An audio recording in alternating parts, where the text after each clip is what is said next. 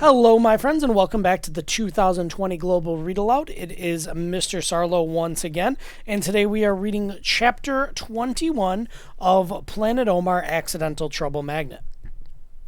So in the last chapter, Omar and Daniel are still lost and trying to make their way over to the museum where the rest of their class is on a field trip. Okay, but while they were Daniel's still kind of scared and he's still crying a little bit and he's very worried about not being able to make it and everything like that. But Omar learned that Daniel has a little sister named Susie who is very sick, okay? She has to go to the hospital often to get surgeries or operations done on her. And because of that, he kind of feels a little bit left out maybe with his family a little bit. Okay, so Omar is kind of starting to understand where Daniel might be coming from a little bit more. So let's keep reading and find out what happens next. So we got up and carried on walking the same way we'd been going before. Daniel was calmer now. I was kind of proud of him and of myself, even though he did smell because of the pee in his pants. After we'd walked for a few minutes, I knew why this place was so familiar. Yes! I took Daniel's hand and started running. And there it was, the huge dome of London Central Mosque. Okay? And I think we went over this in an earlier chapter, but a mosque is like a church. Okay? But it's where Muslim people go to church and they call it a mosque.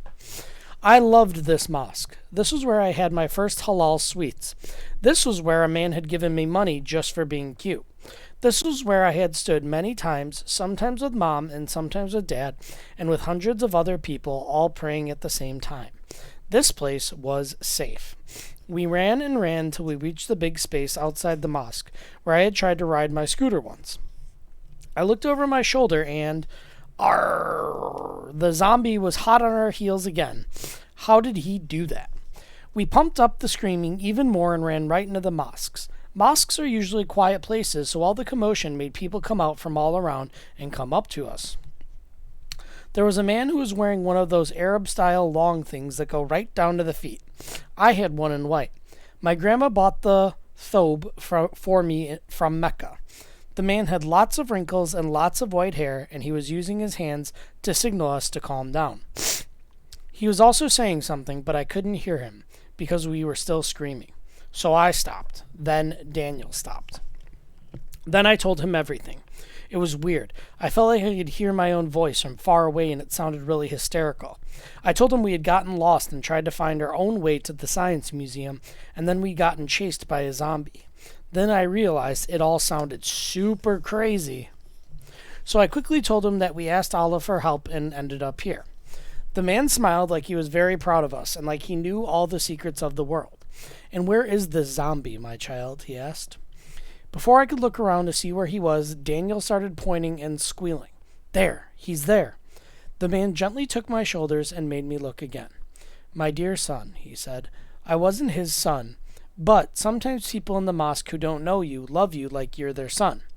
That is no zombie. That is a homeless man, and it looks as if he was trying to help you. I felt like a complete sillyhead.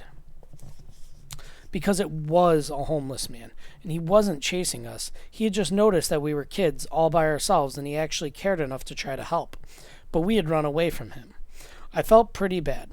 I waved at the homeless man sheepishly, and he waved back and gave me a yellow-toothed grin. Somebody had sat him down with a cup of tea. Then the man in the thobe, whose name was Mohammed, sat us down and called our school. A younger man in jeans and a t-shirt that said "Boom" came over and gave us some juice and halal sweets.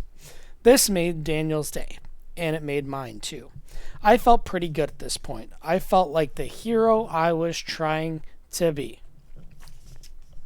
The school had been frantic and had already called the police. Apparently everyone had been worrying nonstop, especially poor Charlie. And both Daniel's parents and mine had been told. A policeman and policewoman showed up about 10 minutes later to talk to us. We also got to talk to Eddie, the homeless not-so-zombie man. He was very smiley, even though he doesn't own many clothes or have a house to live in. I would have been able to catch up with you if it wasn't for my bad knee. He laughed. As soon as he spoke, I liked him. because he had an accent from up north that sounded just like Riza's.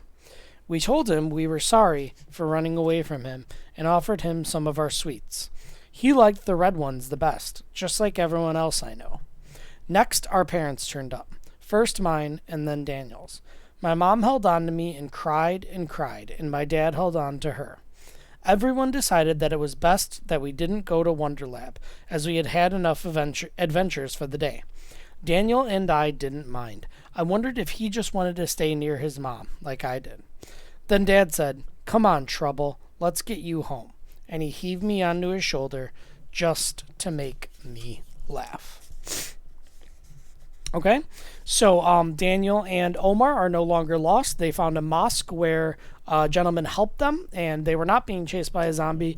They were being chased by a homeless man who was just trying to help them because he noticed that they were kids who were all alone. Okay, and then when they got to the mosque, the person that helped them gave them the halal sweets and called the school, and the school had already called the police and talked to Omar's parents, but then Omar's parents and Daniel's parents came and picked them up, so everything turned out to be okay. All right, so we will continue reading in the next video with chapter 22. See you guys later. Bye.